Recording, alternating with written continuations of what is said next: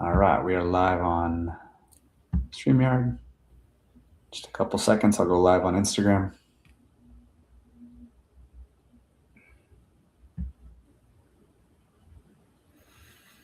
Beautiful. Mr. Nery Gomez. Grateful Yes, to have you sir. on the Scroll podcast. Yeah, Nico, thank you. So excited to be here. You know, something I usually do at the beginning of these conversations, I like to reflect on how did we get here? And we already had that conversation when we were in Austin, but it's quite a story. And we got to give a huge shout out to Miss Jennifer Hill, first and foremost, or Mrs. Jennifer Hill, Yeah. because she's usually the foundation of most of the most amazing connections that I have. But yeah, then Vince Covino, I've got to shout him out.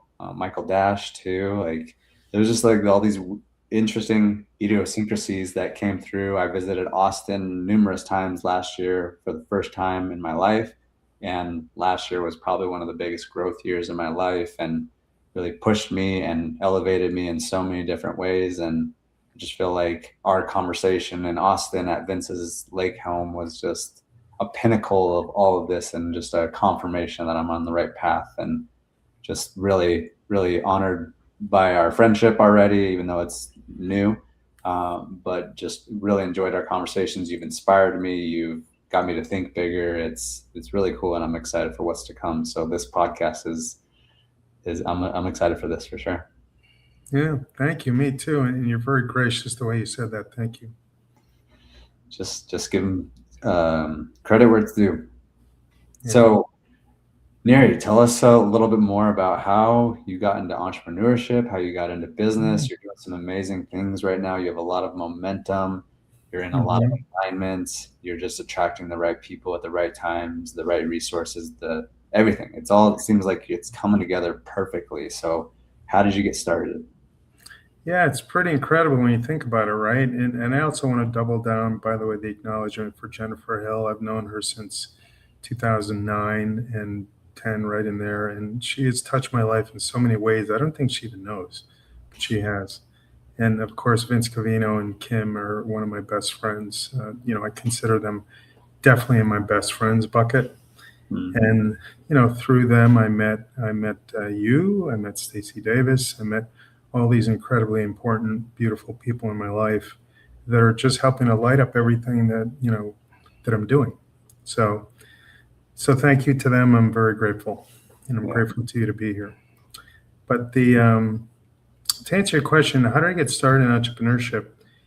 It really goes back to kind of my family. My lineage is from Honduras, in Honduras, and we were very entrepreneurial, and raising wine and rancheros, and later produce, and just hard workers. But about 150 years ago, my great great grandfather decided he was going to change his life. He wanted to be different. Hmm. So he went on this big adventure, almost died. If he had, I wouldn't be sitting here. Yeah. But he lived, and he went on to become a lawyer. I mean, it's a fascinating story in itself. But he became a powerful, important, influential person in the community in Tegucigalpa, the capital city of Honduras, and then the Honduras itself. He actually became Attorney General, when he was older. So that kind of set the pace for our family, and um, then my grandmother was born and so forth. But we created this lineage of entrepreneurialism plus academics. And my father moved to Boston when I was very little. I was 2 or 3 years old. And excuse me, I'm drinking water.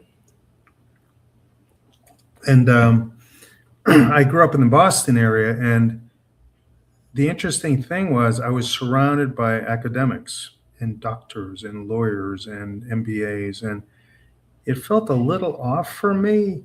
It was so regimented. And the path that I was being told was the old one: go to school, get a degree, get a graduate degree, become a doctor, that kind of stuff. And I mean, I'm smart, I enjoy reading and learning, but there was more to it. I had this motion, this momentum that I didn't sense in other people that were more sedate and read books and talked about things and passed tests.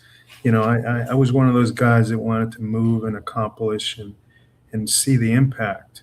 So I was very fortunate because our next door neighbor growing up became a mentor and somebody I really looked up to. His name was Dr. Frank Mazzio, and he was a dentist and he had the traditional successful life, but he became an entrepreneur in his 40s and it 10x'd his life. I mean, everything came to life. He was so excited. He was a great teacher.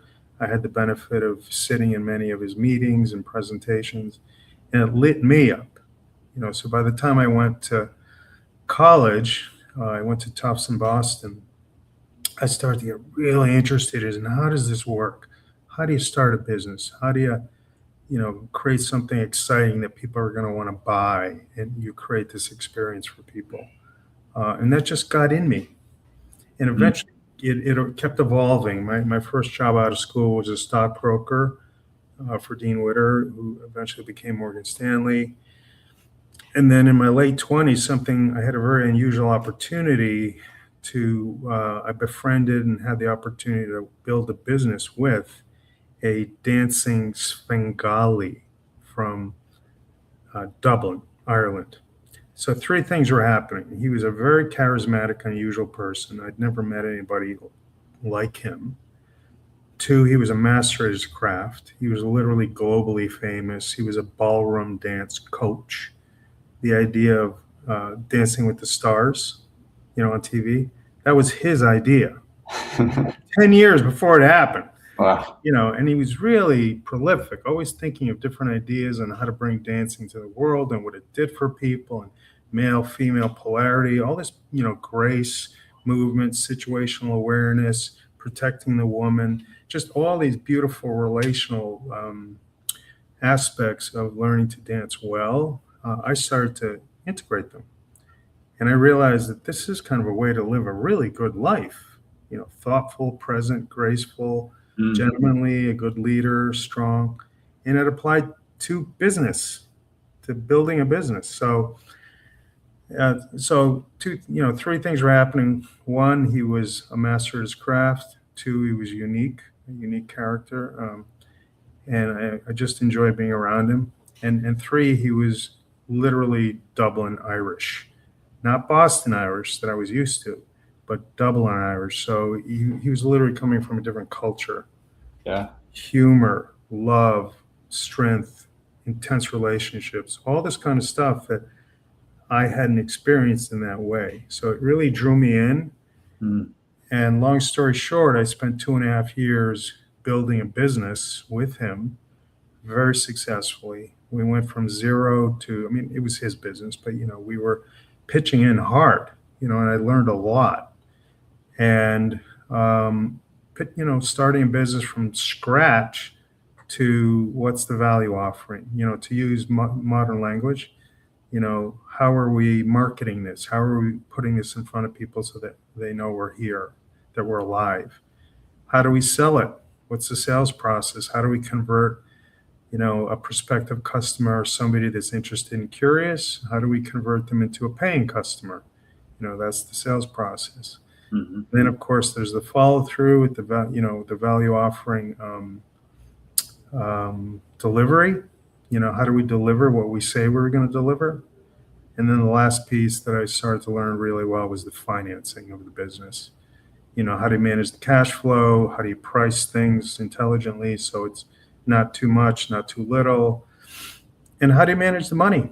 How do you invest it? Where do you invest it? And how do you use the cash flow to create a bigger, better business that potentially can outlast you and, have all kinds of positive consequences?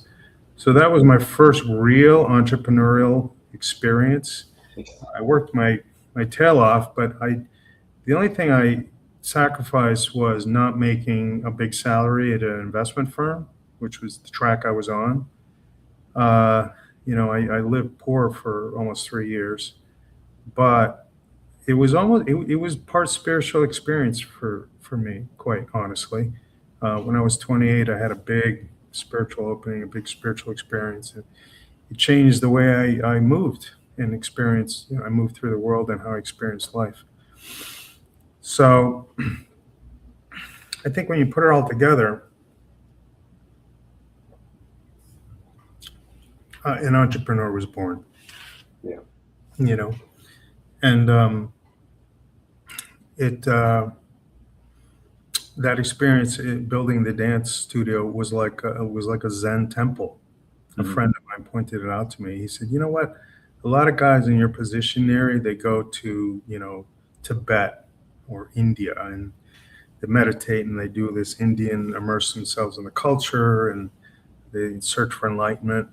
But you kind of did that in your own way at a dance studio in Boston, surrounded by people from all over the world. I was literally the only American working there. And you were surrounded by beautiful women and gay men and beautiful music. Uh, that was my way. So that's how my entrepreneurial journey began. And I could go on, but that was kind of the seed of it. Yeah, I mean, like something that just comes to me from that, like what an amazing experience. And it seemed I have some thoughts around it, but I even just like have questions before I give you my thoughts. Is it seemed like you're very fortunate from the beginning to even have that mentor. Like, I don't know. What do you think about that? Of like most people, I would say, don't have opportunities like that. How do you feel about like the fact that you had such an amazing opportunity at a young age?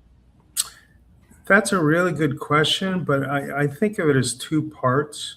One, life offers up a lot. It really does. But you have to have the eyes to see. And I was in a situation where there was a lot of I had many advantages because my dad was a well-known doctor and my parents were beloved. People respected them and loved them. So I got a lot of my brothers, my siblings, and I, benefited from that. There was shine because we were their kids. People were nice to us, but it wasn't perfect by any means. We had to live in the world and struggle and grow up with all the usual stuff, just like everybody else. And if anything, there were times where people gave me, you know, crap, quite frankly, Mm. because you're lucky, you're Dr. Gomez's son, and then so it's never perfect, right? And they always assumed more than was true. Well, you can probably afford to do this and afford to do that, and it wasn't true, but they didn't believe me when I said it. So we had our financial constraints just like anybody else, and my dad was an outstanding surgeon, but he never paid attention to how we built his business. He didn't pay much attention to the entrepreneurship of being a doctor in a medical practice. He just wanted to be a doctor and heal people and take care of them. And he had a very kind of the money aspect of it was a distant second. So as a result, he made a lot of bad decisions. Poured, instead of building wealth, he kind of went from thing to thing, and he did it his way. But the consequence to us was that we were perceived as being more advantaged than we actually were. So that's one. But at the same time, you know, we lived in a neighborhood where this terrific man lived next door, Dr. Frank Mazzio, right? Mhm. The birds of a feather. Um, but also it was also what I brought to it. I brought my attention, I brought my interest, I brought my focus, my curiosity. Lots of kids lived in that neighborhood that could have, gotten under the wing of Dr. Mazzio, but Mhm. most of them didn't for whatever reason. The opportunity was there and they missed it, or they passed by it, or wasn't for them. But for me, I tuned in. It was attunement. So I resonated with him and how he talked and how he thought. And I saw him, my father was an excellent role model in certain ways. He was a hard worker, he was a good man, high character, treated my mother impeccably. I didn't realize um, how much, what a great husband he was until I got older. He was a hell of a man and a hell of a husband. So So that was that example. And then Dr. Mazzio was different. Dr. Mazzio was cool. You know, he was like Dean Martin. Remember Dean Martin from the old movies? They even looked alike. You know, he had that Italian thing, handsome, and he sang, you know, and Wow. yeah, Dr. Mazzio was a cool man, but he was an Aquarius like me.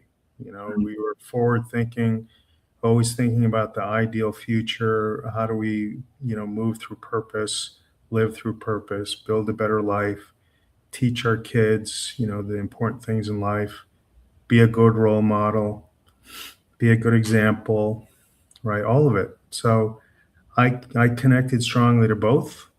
And instead of being rebellious or ignoring it or not seeing the opportunity, I did. I apprehended the opportunity of being in their company while I was growing up, and I made the most of it, you know. And what age did you meet? Say his name again, Doctor Dr. Mazzio. Doctor Mazzio. What age were you starting to engage with him? Well, I met him when I was 11 or 12 because we moved into the neighborhood, but Mhm. I engaged, you know, and I lived next door and I was best friends with his son. You know, his son was like a year or two younger than me and we palled around. So he got to know me and see me and he again, he was very perceptive. So he saw that I had something and he liked me and he said, you know, he said, Nery, you're a good kid. You know, a lot of kids are not good kids. He says, you're a good kid and you're bright and you're an A student and you're into sports and you have good friends and, you know, you're not perfect. You're mischievous and whatever, but you don't really get in trouble. So you know, he could see that I was well intentioned and I think because of that, he kind of took me under his wing and helped me. And then as I got older, 16, 17, certainly by the time I went to college, 18, 19, now I was growing up. You know, I was a young man. And then that's when he tuned in hard because he said, Nery's old enough to understand a lot of what I'm talking about and what I'm doing. So that's when it really started. But we had a really good connection. I'll never forget one day we were in the back and his son, um, they had a conversation, and his son was a little dismissive, maybe. And his son walked away, and I was just hanging out. Right, we were playing tennis and football, and uh, and he looked at me, and it's funny because he was like my father's age, and he looked at me and he said, "Why, why are young people? They just don't get it. You know, why do young people behave the way they do? You know?" And I looked at him and I said, I don't know. I've only been young. And he said, what did you say? And I repeated myself, and he just grinned from ear to ear that a 16-year-old would just quip that. I don't know. I've only been young. So that just shows kind of the easy connection that we had. Mhm. And anyways, I was very fortunate because excuse me, I lit a lot, but in a sense, he also lit a fire under me. Mm. Yeah, it sounds very symbiotic where you were put in a great situation. This is kind of what I was in my mind. That's why I was asking that question of like you were presented an opportunity, you were in a great situation, and you made the most out of the situation that other kids did not necessarily do. So it's like Right. it's this constant, and that's why I was curious because like I relate to you in some regards because I've had a great family growing up and loving parents, and it I always thought that was just normal. And then the more I grow up, I realize that's anything but normal. And then it kind of like I had this weird thing with it. I was like, well, I was like, not everyone has that. Am I like blessed or lucky or like I don't know, it's just like something I've sat with from time to time. I'm like, well, why did I get this opportunity? Why did I get and again, Did you feel guilty? yeah, I think that there was that was the word I was searching for there for a Hmm. second. is I think there maybe was some guilt, because it's like I love people, and I feel people. I'm an empath. I can really feel people. And so like there probably was some guilt around that, of like, why did I deserve this? Why did I receive this, or however it came in? But at the same time, like, same with you, is like I feel like I have taken that opportunity and made more of it as well. Well done. Well, it's all just as a poignant remark. It's misguided guilt. I mean, you didn't do anything. You know, it's misplaced guilt. But what you're doing there is recognizing that you had an opportunity that not everybody else did, and why is that? You know, it's really a window into the how the bigger world works, Mm-hmm. the universe. There's opportunity everywhere, but people have trouble seeing it for whatever reason.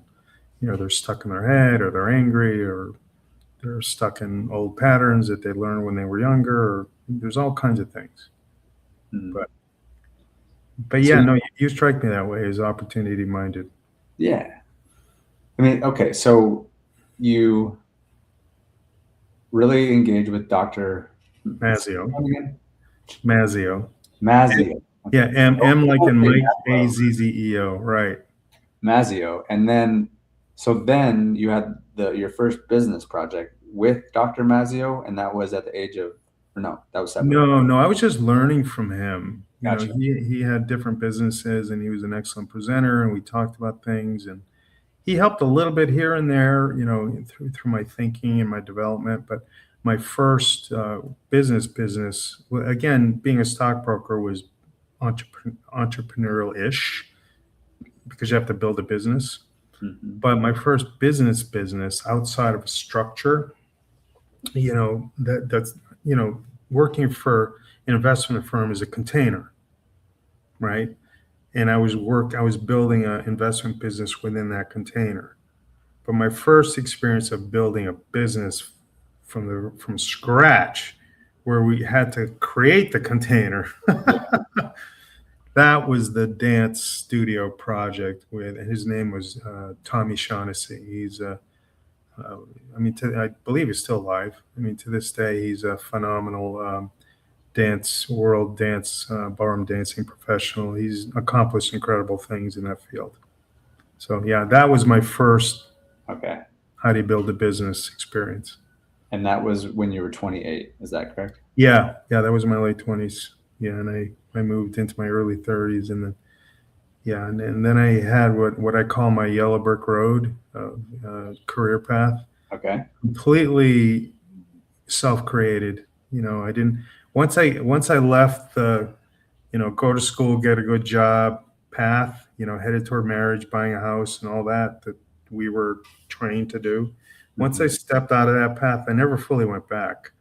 You know, I started in my early 30s. I realized that my life was mine to design Mm. any way that I wanted. So, and so I did. I started paying attention to things I cared about, what I was passionate about, what my talents aligned with. I got much more spiritual. You know, I was meditating. I was meditating since I was 16. Mm. So mind, body, health, you know, had always been it had a big place in my life. But in my late 20s and early 30s, it became front and center. You Mm. know, I'd been studying comparative religions, and I was learning about Zen and, you know, Buddhism and Christianity and Islam and Zoroastrianism and, you know, indigenous cultures. And it was fascinating for me. I was like, wow, what a universe we live in. You know, and I started to grow and expand. And so my journey became a vision quest, to tell you the truth. You know, what's this vision I have that's growing inside of me gradually? And what's the quest behind it? You know, Mm. where's it all going? You know, that became the big thing for me. Yeah. Again, I resonate. I'm a big question asker, if you haven't realized by now. Yeah, I know that. Yeah. But is it that? It's like I'm always curious. Like, what is the bigger picture? What actually is going on? And I'm not sure where that all came from, but I resonate with you as you're saying that, as like a deep thinker. And uh, Yeah, and I feel the same way. Like almost probably very similar timelines of my age when I had a big opening, and then that just unpacked it even more. And I'm like, oh wow, like because the more I would learn, the more I would realize the less I know. Yeah, yeah, exactly. That's the path. It's crazy, right? The more Yeah, you learn, the less you know. Keeps so pulling great. you. So what, like from there, so you had the dance studio, you became Hmm. successful in that. What next? Well, the next part, again, now I'm entering my 30s, and I said, my future. The two big things that were coming out of me were my desire to be more entrepreneurial, but also to be more artistic, to be more personally expressive. In my 20s, I realized that you know, I'd been living my life as I thought I should. I was doing the things that I thought I should do, that I'd been taught, my parents, society, to use a big general term, told me I should do. And I was really dissatisfied. I didn't feel good inside. On paper, I was great. Externally, if you looked at me, nothing was wrong. I was young, I was handsome, I was fit, I had a stunning girlfriend, I came from a good family. Her family was fantastic. I mean, what's to complain about? And in Boston, they don't like complainers. Mm. Especially when you have advanced privilege. So the thing is, what are you talking? Don't complain. Just have a beer. Watch the Celtics or go Patriots. That's the solution for everything. Mm. And to me, that did not resonate. There was something inside of me that was not aligned, and I really went on a quest to unearth that and kind of get to the heart of the matter, which I did eventually. But on the other side of that, I said, I want to live a life here where I can express myself fully, artistically, verbally. I love to write. I mean, I'm writing 2 books right now, as we speak. And I love to write. I love to public speak. I love dancing. I was drawn to the dancing for a reason because I enjoy the hell out of it. Um, and I love music. It's just storytellers, jokes. My family's like that. We're very artistic, academic. My brother's an outstanding architect. My niece is an award-winning art student at SCAD, the Savannah College of Art and Design. She's graduating in a couple of months. My mother was a phenomenal empath, unconditional love, Mm. natural dancer, natural storyteller, sharp, twinkling wit. That was my mom. Mm. And my dad, even, who was a very logical, methodical, high character surgeon, he was a plastic surgeon, which Oh. is the most artistic of all the surgical specialties, right? Mhm. And then my sister is uber social. She's like Oprah Winfrey, in a Latina body, you know, my sister. So it just runs in the family. Mm. And I said I had ignored that in my 20s and it was bursting to get out of me. So I gave it full expression in my 30s while I was learning about business and venture capital and private equity. I was also a counselor. I became a counselor at a serious program in Boston. It was part of the Harvard Medical School, Mass General, McLean Hospital, Westwood Lodge Hospital, Newton Wellesley Hospital, mental health system. So I learned from some outstanding people, group psychotherapy, personal counseling, how to create a safe container, how to interact with people in a healthy therapeutic way and not distort things and, help them, not make things worse. So, I became very educated in that and it was embodied because I practiced it, 40 to 60 hours a week for 6 years. So that was a big part of my life. Mm. And it helped, not only did it help shape who I am, who I became, who I'm becoming, but it also informed my business perception and relationships and experiences. I'm very keen on developing healthy, successful relationships with people in business. and not competitive attack, win, take their stuff, knock them off the field, and yay, I won and they lost. Not at all. I mean, that was the beginning of the enlightened capitalist in me, having that experience. So it was all weaving together in my late 20s and into my mid 30s, and it just by following my intuition and my where I could apply my talents. I became very clear where my talents are. So I'm going to stop worrying about, why didn't I go to medical school? Why didn't I go to law school? All the things that young people do to themselves. I said, no, this is who I am. And I don't know where it's going to go. But the next step is I made a decision, somewhere in there. And actually, I know where I made the decision, but I'll talk about that in a minute. But I made a decision I'm going to take responsibility for the next step. That's it. I don't know where it's going, but I'm going to take responsibility for the next step, do a good job, and that'll open up doors to the next step, which will open doors to the next step, and so on and so on. And I discovered that was the way. And it opened up door after door after door. And some of the experiences were, rough and tumble and very uncertain and uneasy, and it was tough sometimes. But for the most part, it was like a crucible of experience where I just got smarter and more aware and more keen on how to help people, and I just improved.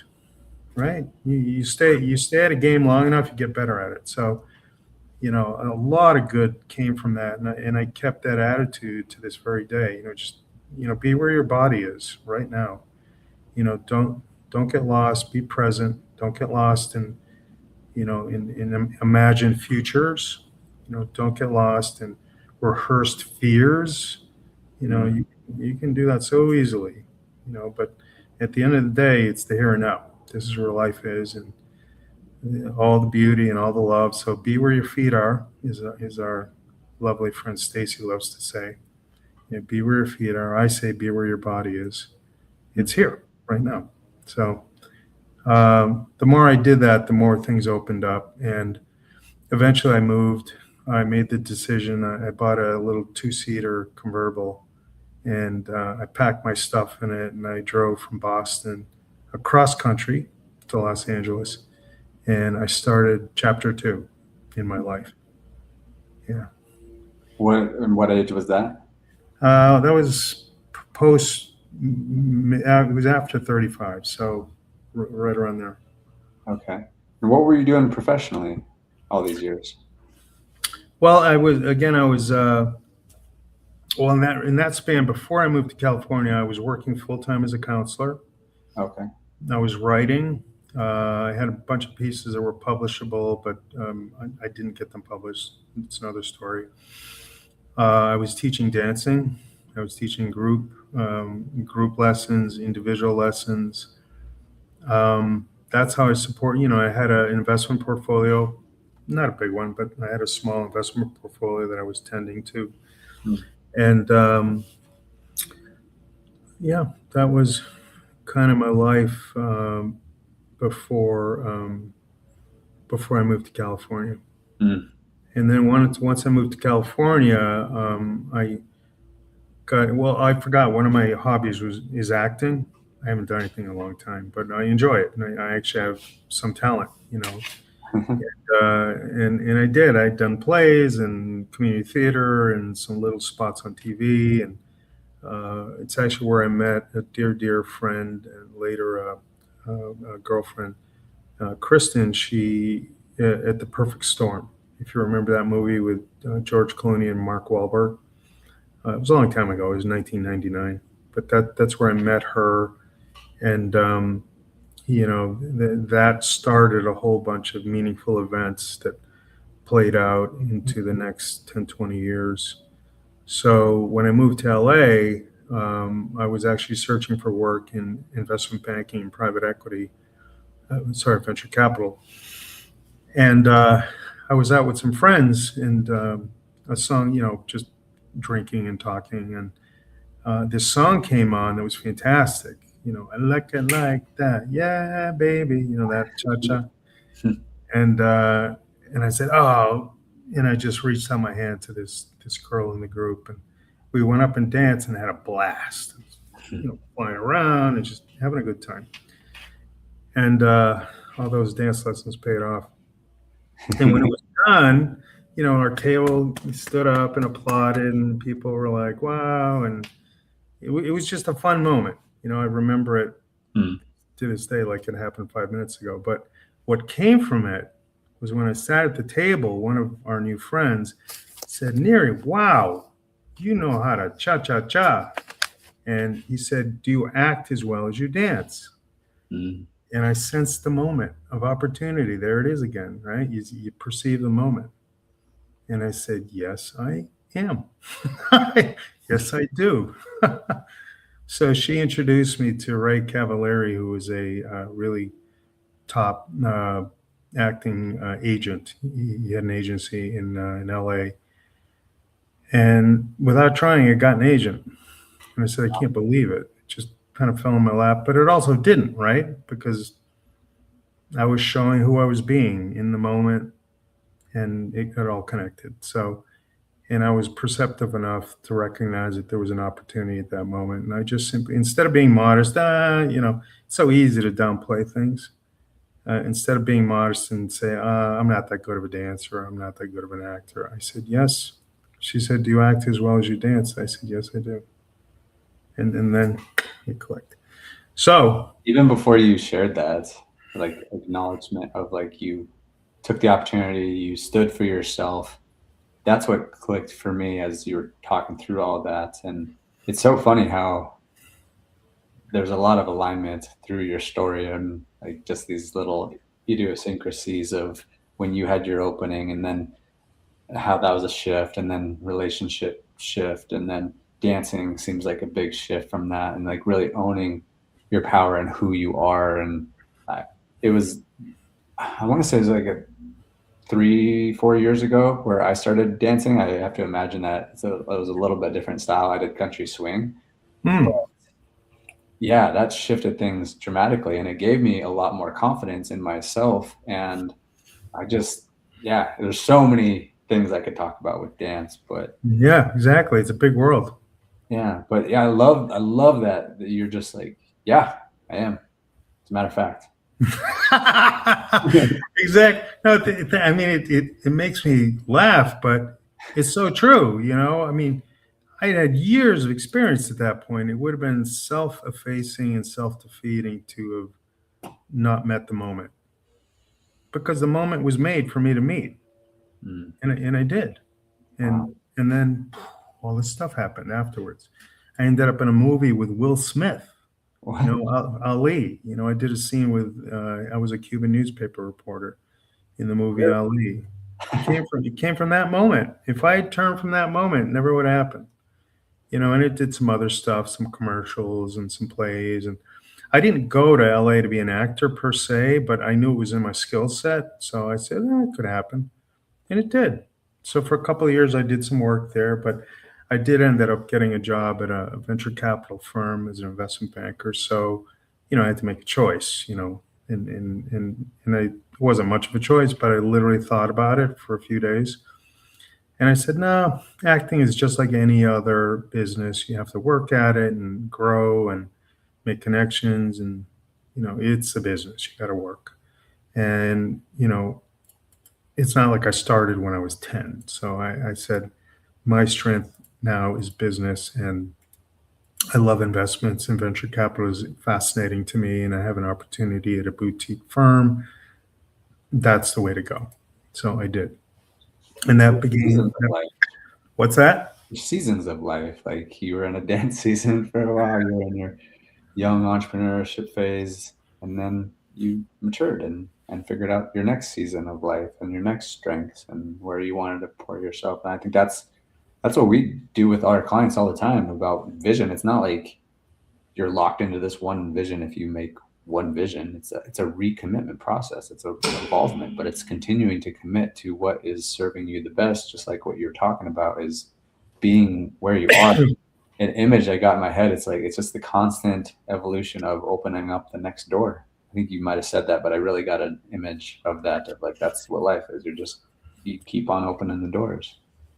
You're exactly right. And now that I think about it, everything that I did served the next step, Mm, because having that 2 year acting experience, besides being fun and having cool stories, which never hurts, yeah. right?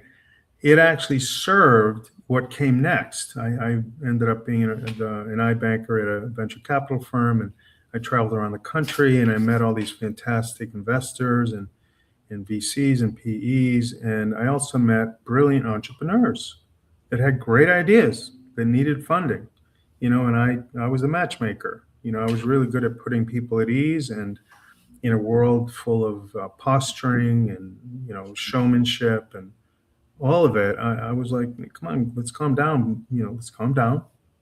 You know, be here now. And what's this all about? What do you have to offer, and why is it important? And why is this going to help the world? And then match them to an investor or an investment firm that I felt would align with them. And I was good at my job. I was very, very good at my job. And two things that happened from that. One, I ended up buying a health club because it came up as an opportunity while I was in the venture capital firm. And I said, I like this club. And I ended up buying it. So I owned it for 7 years. I was in the heart of LA, Sherman Oaks. And people came to me because I had a really cool club. It was an award-winning club. I turned it around and won awards. It was voted best in Los Angeles twice by Los Angeles Magazine. It's a lifestyle magazine. So I was on the map. My club was on the map, and people would walk in the door every single day. Hey, are you Nery? Yeah, I am. Like I was famous. I didn't even know it, just because of this health club that I'd built. I had celebrities coming in and say, "Are you Nery?" It was bizarre. Like Connie Selica, who had a crush on when I was a kid, she walks in with John Tesh, a really tall, handsome husband. He was an actor and a piano player. You can't miss him. And they walked in my door, and I was like, it was like it's like my television in my brain like came to life, and they're standing right in front of me. Hello. And they're like, "Are you Nery?" And I'm like, "Yes, I am." So things like that happen pretty regularly, but again, I was able to flow with it, and I knew how to treat them right because I was well raised and I was very human conscious. I didn't treat them as celebrity or other. And also my 2 years experience as an actor, I got a real gritty sense of what it takes to be in that world, to make a living as an actor, as a starving artist or as a working actor or as a celebrity. I got a real embodied read on what that life was. So I was able to connect with them as a peer, maybe not as a peer in the industry, but as a peer. And I know how you live. I understand your life. And so that helped, my relationship with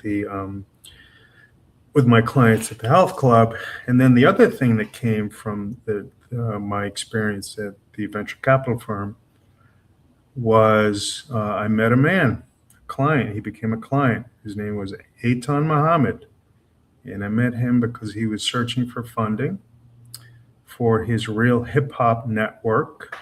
It was like MTV, if you remember MTV, only for hip hop.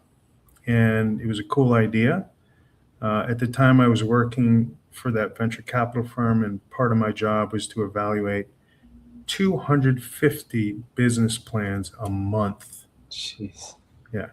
And this is long before AI or, SaaS or anything. I had to do it the old fashioned way. I literally had to read them.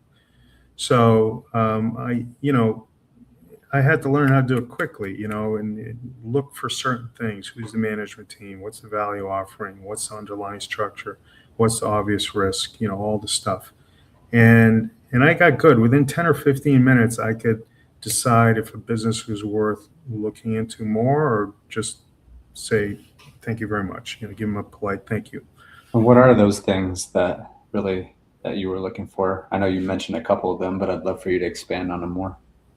Well, there's a lot of them, but the again, thin slice assessment. If you remember Malcolm Gladwell, the author, his book Blink basically says once you've done something enough, 10,000 iterations or more, you can take a small sample size of something and make a very accurate assessment. 95 to 100% accuracy of what's going on in that small sample because you've seen it so much. And that I developed that, and I continue to develop that in my life, but my business assessment, entrepreneurs and opportunity, et cetera. And so when you see something over and over and over and over, you know that's a big fail, and it quietly disqualifies itself. But the winners are, the people are everything. I gave a talk at the Impact Summit in Austin last October, and the title of it was character and personal development in the role of creating a successful business, in a successful world. And it boils down to who is this person? How are they on the inside? What's their internal orientation? Do they come from their ego as a way of life, or do they use their ego effectively in the sense that it's a tool and they know it? And it's a clean ego, it's a light ego, it's a healthy ego psychologically, and they use it to think, plan, and execute. That's the function of a healthy ego. If you're thinking clearly, planning well, and executing well, and iterating, learning from your experiences, you're using your ego well. But you're coming from your soul, you see, what's inside. That's the origin point. What's inside of us, the love, the love, faith, peace, equanimity, aspiration, visions that come to you, illumination, kindness, mercy, all of it, collaboration. If you're coming from there, you're going to build great things, and you're using your ego intelligently, you're going to figure it out. But if I look at a man or a woman and I don't see that, and I see ego, and they're attaching things to their ego, and they're very attached to their ego, and I'm a big, strong, powerful man, I make a lot of money, and I'm good looking, and aren't I impressive? That guy or the female counterpart, I stay away from those people because they're ego driven, and ego manifestations distort and eventually create collapse. And I have no interest in that. So it's on the one hand, it's a very sophisticated, insightful way of looking at things. But on the other hand, it's also simple. Is this a good person, legit? And do they do their work well? Or is this somebody that's creating this business because it's an identity project? Are they inflating their ego because, ooh, look at me? You can discern very quickly, or I can. And that's number one. If they don't pass the character filter, I don't even look at their business. I don't care. And it's a waste of time because I know sooner or later they're going to crash the car, But if it's a good person, well-intentioned, thoughtful, doing things in an honorable, methodical way, and they're collaborative, and they give credit where it's due, and they're team-oriented, and they lead by example, all those things, now they have my attention. Now I'll look at the business, and I'll look at the business for its merits, and it could be an investment, right? So that's the beginning of it, and the business itself is I'm looking at what's the value offering. What is it about this business that they're creating something for the world that people think is valuable enough to pay money? Is this something that I'll pay money for? That's a value offer. All right. And then the next step is the marketing. What's the marketing in the business model, the business plan?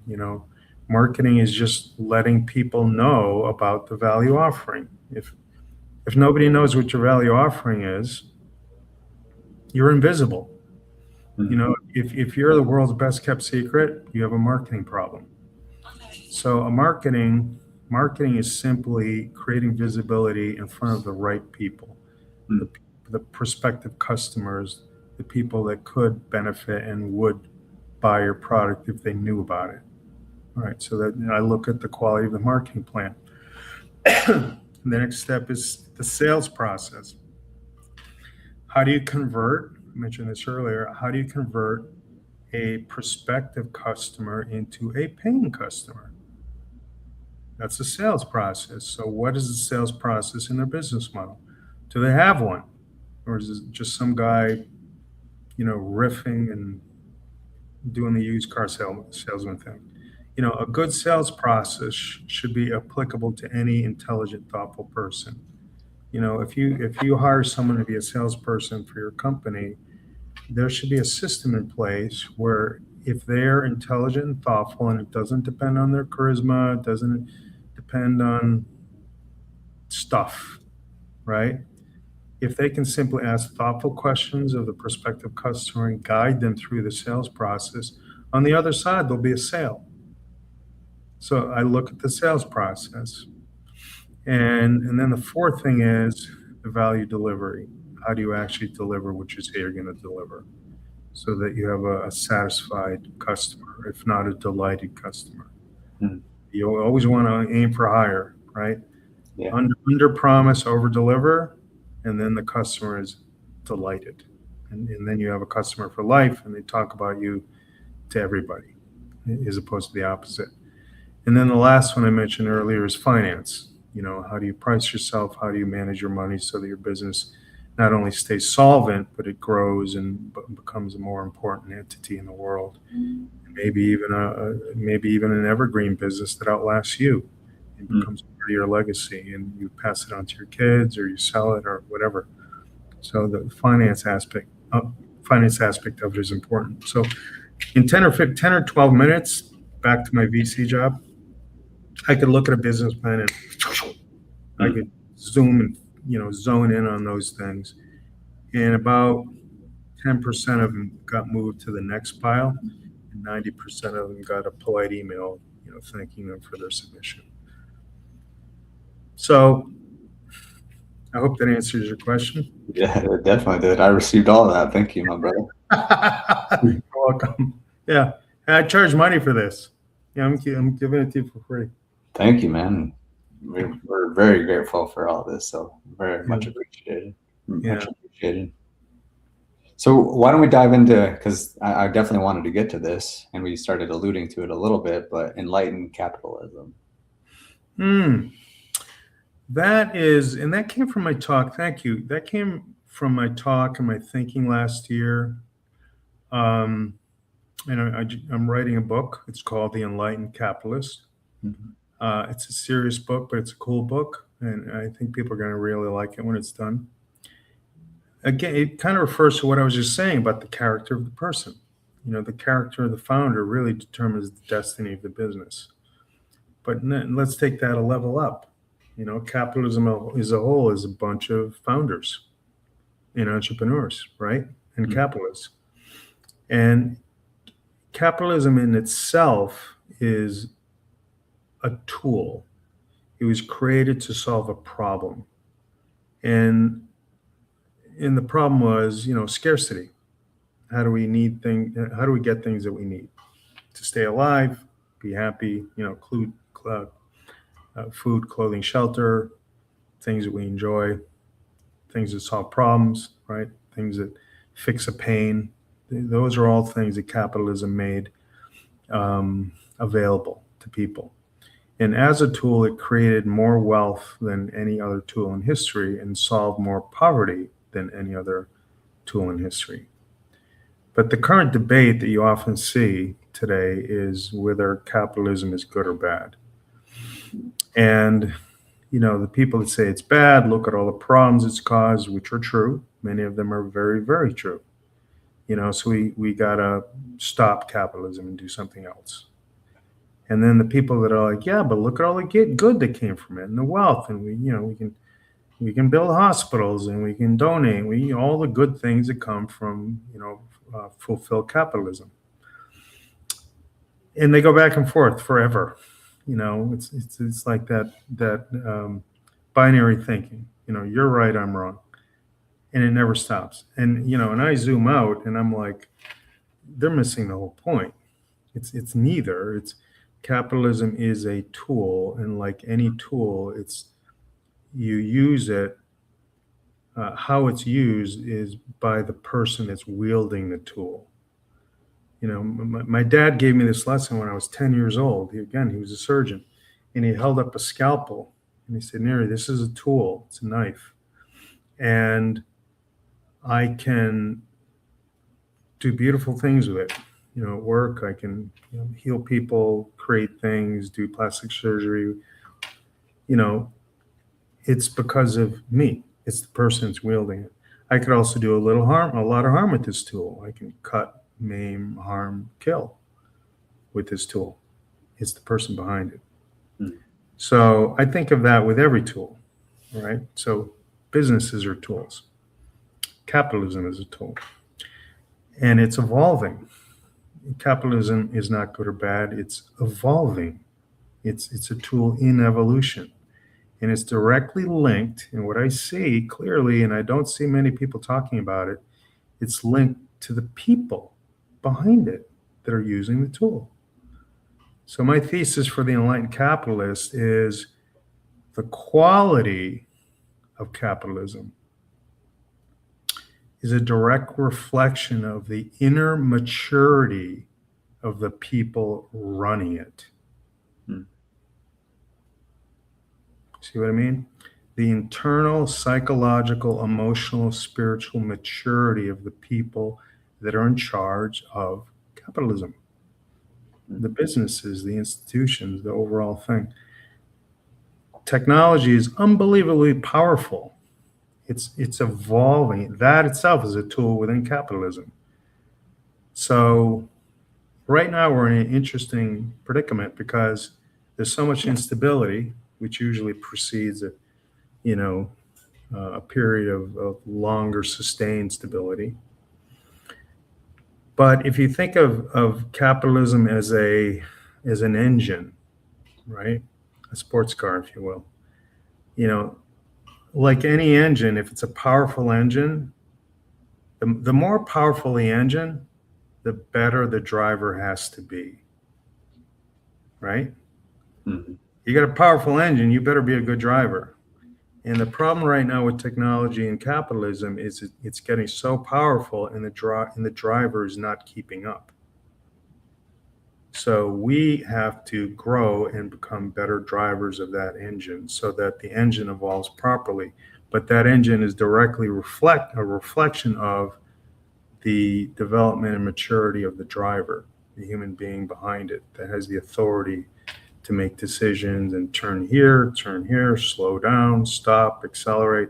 That person has to be up to the task. So the enlightened capitalism explores all of that. It's pretty cool.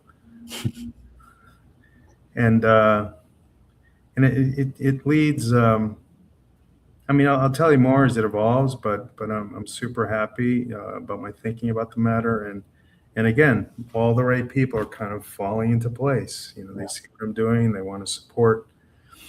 And then the second book.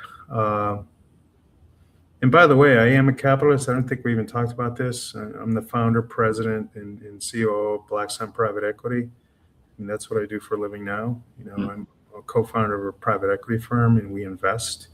We invest in institutional money, sovereign wealth funds, insurance companies, university endowments, family offices, high net worth individuals. We invest in particular things that we feel are going to change the culture and architecture of the world. That's literally our purpose. So I am a capitalist, and I want to model all the things that I'm talking about and grow into that man that is an enlightened capitalist, because it's still about creating value and all the things that we've been taught good business is about are still true. You still have to have a good value offering and good pricing and profit at the end of the day and all that. But it's not divorced. It's not separate from purpose. It's not separated from the consequences of how you're building that wealth. So it's like capitalism without the distortion, without the extraction, without the harm to others and communities and earth and our home. It's really taking accountability. It's being more responsible for how you're building the wealth. Because if you're building the wealth in an aligned way, to you and good human values, you're going to feel really good about yourself. You're going to have a very satisfied life. You're going to be coherent. You're not going to have internal collapses in different parts of your life. You're not going to create health issues because you're making money this way, but you really feel like you should be doing that. And you're out of coherence with yourself, and your body knows it, and it creates tension, and anxiety, and stress, and all that stuff. It's interesting. When you were sharing this, I was listening to your conversation that you were having with some people at Stacy's, and you're talking more about this, and something that came to me then and then also now. And as we start to wrap up this conversation, but we might have to do a part 2 because I feel like we could go for a while. But anyways, by the way, how much time do we have left? Well, we usually do an hour. Cardio. I totally lost track of time. Me too. So where are we now? Are we at the hour? Yeah, you can see it right in the top left corner. We're just above an hour. Oh, okay, gotcha. Yeah. Okay, so go ahead. But I'll finish up on this, and then we can start closing up. But the way I see it, it's long-term thinking, and Yes. not even long-term thinking, but the betterment of the long term. Because when you talk about extraction or any like that ego-based stuff, it's basically just thinking short term and then gaining short term. So Right. The short term happens, you get what you want out of it, but then long term, it's at a detriment. It's fragile. It's But fragile. if you think about it from like this enlightened capitalism standpoint, it's thinking from the long term and the betterment for the long term. You got it. What we do today is going to impact the next day and the next day, but ultimately like longer, and it's just going to help human. And that's why I think like humanity, it's like, how do we think about it for not only this generation, the next generation, the following generation? And it's just having that long-term approach rather than the extraction just thinks about the now and the short term. I think that's kind of what's interesting in this, pretty short form world that we're living in. That's like constant gratification, which is just priming and conditioning people to be more extraction oriented because of the fact that everything is all about short-term pleasure right now. You got it. You're 100% on target. That's it. It is. I mean, the decisions, I talk about this with my partners all the time. We had a meeting this morning about this very thing. And we were saying, if we invest in this company, if we create this evergreen platform, the decisions we're making today are going to make lots of sense in 20 or 30 years. That's the point. It's not like we're going to make this decision, we'll make some money, we'll cause some damage, in a year we'll check out and go to the Bahamas. And good luck to the rest of everybody else, fend for yourself. No, we're all in this together, legitimately. And if we can create wealth, and I'll just say this about BlackSun, maybe it's a good place to end. We really believe that business is a social force, but it's not just a social force. Truly, it's a sacred force. It's a sacred force for good. And we believe that wealth is meant for all life. Not just me, not just my family.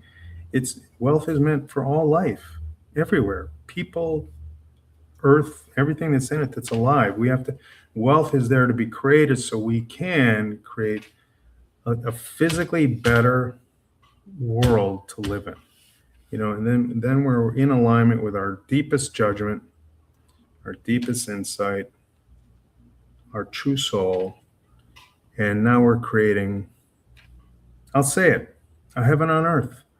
Yeah. Instead of chaotic, fragmented, conflicted, battling, bomb dropping hell on earth. We're outgrowing that. I mean, come on, guys, let's grow up. Yeah. Right? Well, that's the thing that you said. Adults. What's that? And what you look for in these companies is good people that are running the companies, and then ultimately what that is creating is the good people that are running the companies is helping other people be good people, and we're all experiencing what you said. And we're all doing it. It's a mycelial web, and we're all overlapping. We have different goals and missions and whatnot, but the center, it's like a Venn diagram. You know what a Venn diagram is? Yep. It's like the overlap is that Venn diagram, and then the next company has a Venn diagram overlap, and then you look out, and now there's 100, 5,000, a million Venn diagrams, and we're all connected. We're all creating a beautiful, beautiful earth, a beautiful capitalist society that we will outgrow one day, and that's part of my articulation. The enlightened capitalist is, if we do this right, we will outgrow capitalism one day, and it'll be more like Star Trek, where they don't use money in Star Trek. You know that? Remember that? They don't use money. They don't need to, because everything is abundant, and they use their technology wisely. They became good stewards and leaders of of the Federation of Planets, as opposed to Terminator, where, right? Extractive. We're going to fight each other and kill, bomb, boom. It's all destroyed, and it's a horrible story. So we have a lot of say in that. So I say let's be wise, and let's be thoughtful.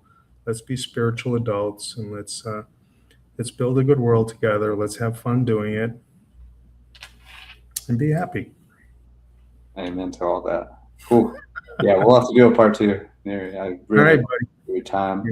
Where can people find you? And where can they find more about BlackSun and your books that are going to be coming out? Oh yeah, thanks. Well, the second book is actually cool. It's about a message to young people starting out in life. So I'll talk about that one later. But I have the privilege of doing a commencement address at Dean College in a couple of months, and that's where the idea of the book was born. But they can find me online at LinkedIn. My LinkedIn profile is very thorough. If you want to know Nery and his life, go look at my LinkedIn page. It's my name, Nery Gomez.